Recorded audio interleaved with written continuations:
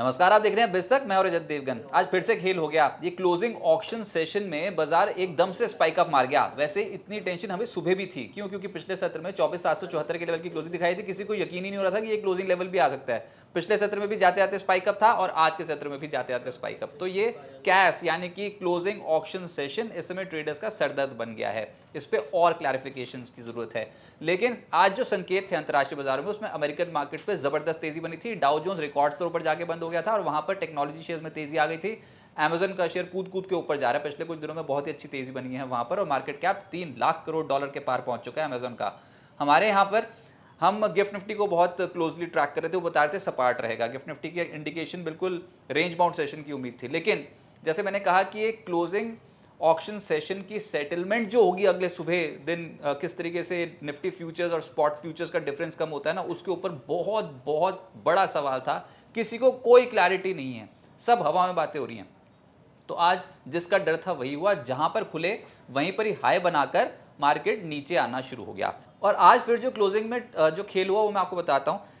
Cash के चलते यानी कि क्लोजिंग ऑक्शन सेशन के चलते एकदम से बाजार फिर से स्पाइक अप मार गया। 3:15 से 3:29 तक जो निफ्टी का लेवल आ रहा था वो था 24,463। और इसके बाद आपको पता ही है कि 3:15 के बाद निफ्टी स्पॉट में ट्रेडिंग नहीं हो सकती है। उसके कंपोनेंट्स में निफ्टी स्पॉट के जो 50 स्टॉक्स हैं उनमें ट्रेडिंग नहीं हो सकती है स्पॉट मार्केट पे। फ्यूचर्स में वो चलती रहती है। तो हुआ क्या, 3:29 पे एकदम से फिर से जो स्पाइक अप आया उसमें निफ्टी 150 पॉइंट्स 151 पॉइंट्स उछल गया। और जो क्लोजिंग भाव आया है उस लिहाज से वो आया है 24,614। और आप समझ सकते हो 24,463 से लेकर एकदम से 24,614। तो ये फिर से वही बात हो गई जो कल हुई थी। कल 200 पॉइंट्स उछले थे, आज 151 पॉइंट्स उछल गए। और अभी भी किसी को ये स्पष्ट नहीं है कि ये किस तरीके से काम कर रहा है। कह रहे हैं ट्रांसपेरेंसी लाई जा रही है, मैकेनिज्म है, नया है, बेनिफिट ऑफ डाउट देना चाहिए। लेकिन ये रोज रोज का हो गया है। अब आपको ओपनिंग के ऊपर फिर से संदेह होता है। एक तो चार्ट्स डिस्टॉर्ट हो गए हैं, क्लोजिंग लेवल समझ में नहीं आ रहे हैं। कल के सत्र में जो क्लोजिंग लेवल था वो था 24,774 का। किसी के समझ में नहीं आ रहा था ये कैसे हुआ। आज भी एकदम से आप दिन भर पिटे हुए थे, दिन भर रो रहे थे कि भैया वीकली ऑप्शन है, गए नीचे गए नीचे।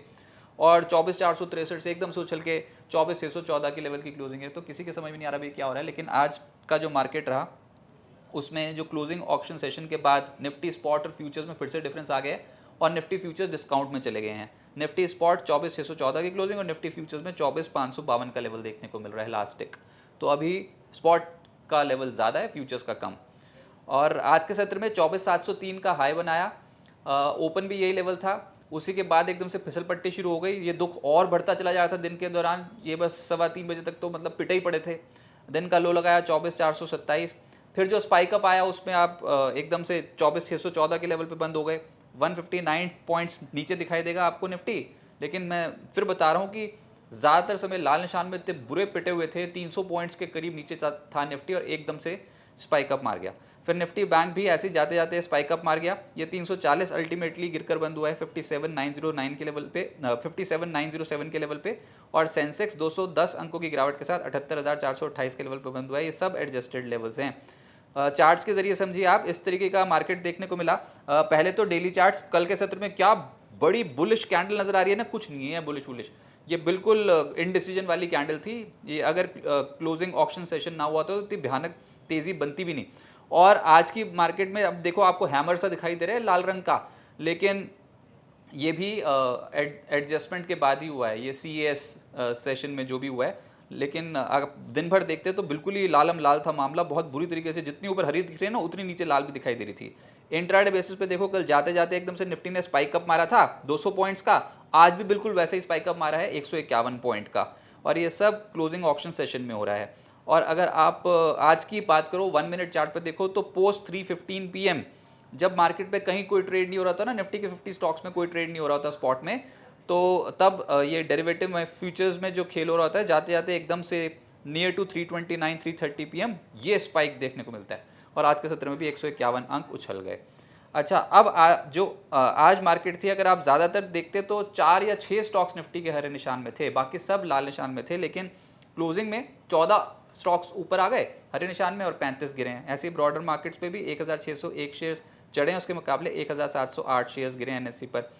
निफ्टी गेनर्स में अपोलो हॉस्पिटल 2.6% ऊपर कोई नहीं था, 2.6% ऊपर, ये 1% से ऊपर तो कोई जाने को तैयार ही नहीं हो रहा था आज के सत्र में। तो ये क्लोजिंग एडजस्टमेंट जो हुई है CAS में, क्लोजिंग ऑक्शन सेशन में, उसका असर देखने को मिल रहा है। हालत बहुत टाइट थी, तो ये कोई 2.5% वगैरह नहीं था, ये 1% ही थे बस। हिंडाल्को 2.5% ऊपर बंद हुआ है एडजस्टमेंट के बाद। ट्रेंट भी पॉजिटिव, जियो फाइनेंशियल और ITC जैसे स्टॉक्स में हल्की तेजी देखने को मिली। निफ्टी लूजर्स में Grasim, HDFC life, Bajaj auto, max health और रिलायंस इंडस्ट्रीज 2% से 0.4% गिरे हुए हैं। तो जो वायदा कारोबार वाले स्टॉक्स है ना, उनको आप क्लोजिंग थोड़ा सा एडजस्टेड बेसिस पे ही देखना। अपोलो हॉस्पिटल का चार्ट देखना कहाँ पर खत्म हुआ और एकदम से कैसे 100 पॉइंट का मूव दिखा रहा है ऊपर।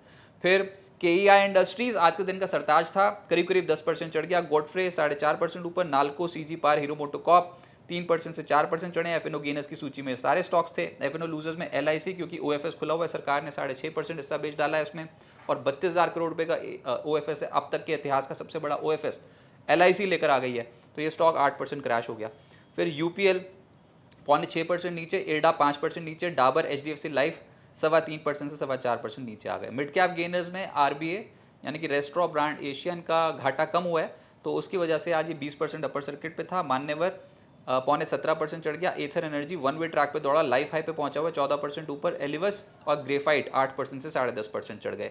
मिड कैप लूजर्स में ग्रीव्स कॉटन 14% से ज़्यादा गिरा है। मैप माई इंडिया, इथोस लिमिटेड, थंगामाइल और प्रेस्टीज 4.5% से 5.25% नीचे आ गए। आज सेक्टर स्पेसिफिक ज़्यादातर सेक्टर्स की पिटाई हुई। रियल एस्टेट आज दबाव में रहा। Prestige, Oberoi realty, DLF, Godrej properties, brigade, ये सब स्टॉक्स गिरे हैं। सबसे ज़्यादा पिटे हैं ओबरॉय रियल्टी और प्रेस्टीज 4.5% के करीब। ऑयल एंड गैस प्ले में रिलायंस की वजह से दबाव था, 2% ये नीचे आया। फिर एजिस लॉजिस्टिक्स, एजिस वोपैक, BPCL, IOC लाल निशान की क्लोजिंग। FMCG में बिकवाली थी, डाबर, इमामी, कोलगेट, गोदरेज कंज्यूमर, HUL 2% से 0.4% नीचे। IT में मुनाफा वसूली आई, जिसमें LTM, emphasis, persistent, Wipro, Infosys 1% से 0.3% नीचे। फाइनेंशियल्स पे दबाव रहा, जिसमें HDFC बैंक 3% नीचे, ICICI general insurance, MFSL, HDFC bank, LIC housing सब 1% से 2% नीचे। ये सब स्टॉक्स तो नीचे थे, लेकिन मीडिया सेक्टर के स्टॉक्स में तेजी आई, जिसमें सारेगामा 6% ऊपर, PVR, आइनॉक्स, नज़ारा, नेटवर्क 18 और जील हरे निशान की क्लोजिंग। और मेटल्स में स्टील अथॉरिटी, हिंजिंग, हिंडाल्को, नाल्को, जिंदल स्टील, ये सब स्टॉक्स तेज से सबसे तेज चला है। स्टील अथॉरिटी 5% ऊपर। अब आगे क्या होगा, देखिए बाजार में क्लोजिंग ऑक्शन सेशन का बहुत बड़ा इंपैक्ट पड़ रहा है, और ये पिछले 2 दिनों से देख रहे हैं। कल तो बेनिफिट ऑफ डाउट दिया था, लेकिन आज सेकंड डे भी वही हुआ। बस यही कह सकते हैं, कल तो 200 पॉइंट्स का स्पाइक कप था निफ्टी पे, आज तो मात्र 151 अंक की चढ़ा है।